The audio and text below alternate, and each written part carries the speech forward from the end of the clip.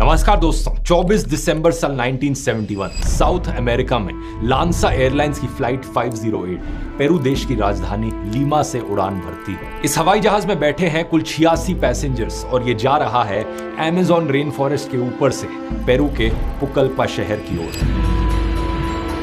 सफर का पहला आधा घंटा बिल्कुल नॉर्मल था। क्रू पैसेंजर्स को ब्रेकफास्ट सर्व करता है, पायलट्स आपस में बातचीत कर रहे थे अपने परिवार को लेकर और सभी पैसेंजर्स बड़े खुश थे क्योंकि अगला दिन क्रिसमस था। सब अपने परिवार से मिलने जा रहे थे। लेकिन जैसे ही यह हवाई जहाज नीचे उतरने की तैयारी शुरू करने लगता है, काले बादल छा जाते हैं। अचानक से एक भयानक तूफान सामने दिखाई देता है।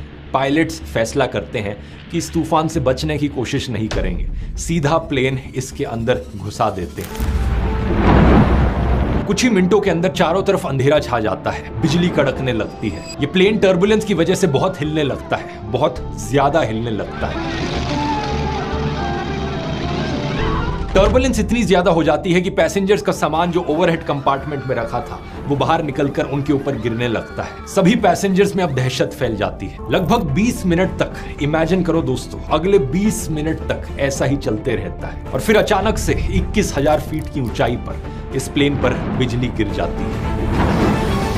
ये बिजली प्लेन के राइट विंग पर जाकर लगती है, जिसकी वजह से इस विंग पर आग लग जाती है। कुछ ही सेकंड बाद ये राइट विंग टूटकर प्लेन से अलग हो जाता है और साथ में लेफ्ट विंग का भी कुछ हिस्सा अलग गिरने लगता है। पुकल्पा में लैंड करने से सिर्फ 15 मिनट पहले लगभग 10,000 फीट की ऊंचाई पर यह प्लेन टुकड़ों में बिखरने लगता है। जो एयर ट्रैफिक कंट्रोलर्स ग्राउंड पर मौजूद इस प्लेन को फॉलो कर रहे थे, उन्हें अचानक से अपने रेडार पर दिखाई देता है कि इस प्लेन की डॉट गायब हो गई।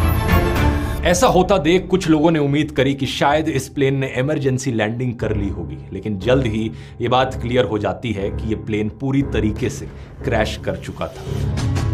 इसके बाद पेरू देश के इतिहास में सबसे बड़ा सर्च ऑपरेशन लॉन्च किया जाता है। कुछ दिनों बाद जब रेस्क्यू वर्कर्स इस क्रैश साइट पर पहुंचते हैं अमेज़न जंगल के बीचों बीच, तो उन्हें चारों तरफ प्लेन की रैकेज बिखरी पड़ी हुई दिखाई देती है। पैसेंजर्स का सामान पेड़ों से लटका हुआ था, सूटकेसेस हवा में ही खुल गए थे और पैसेंजर्स के क्रिसमस गिफ्ट्स पेड़ों से ऐसे लटक रहे थे कि जैसे किसी ने क्रिसमस ट्रीज को डेकोरेट किया हो। चारों तरफ लोगों की खोज की जाती है। रेस्क्यू ऑपरेशन कई दिनों तक चलता है और जब कोई भी सर्वाइवर नहीं मिलता तो ये मान लिया जाता है कि इस प्लेन में बैठे सारे पैसेंजर्स मारे जा चुके हैं। 10,000 फीट की हाइट से नीचे गिरकर आखिर कौन ही जिंदा बच पाएगा।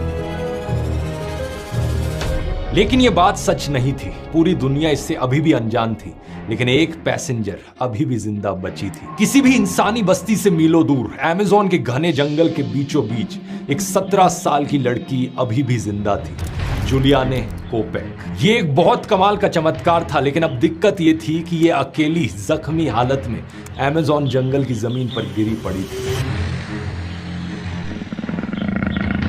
कोई इसे ढूंढने आने वाला नहीं था क्योंकि रेस्क्यू टीम अपने सर्च ऑपरेशन को बंद कर चुकी थी। इसके परिवार वाले और बाकी सभी लोग इसे बाकी पैसेंजर्स की तरह मुर्दा मान चुके थे।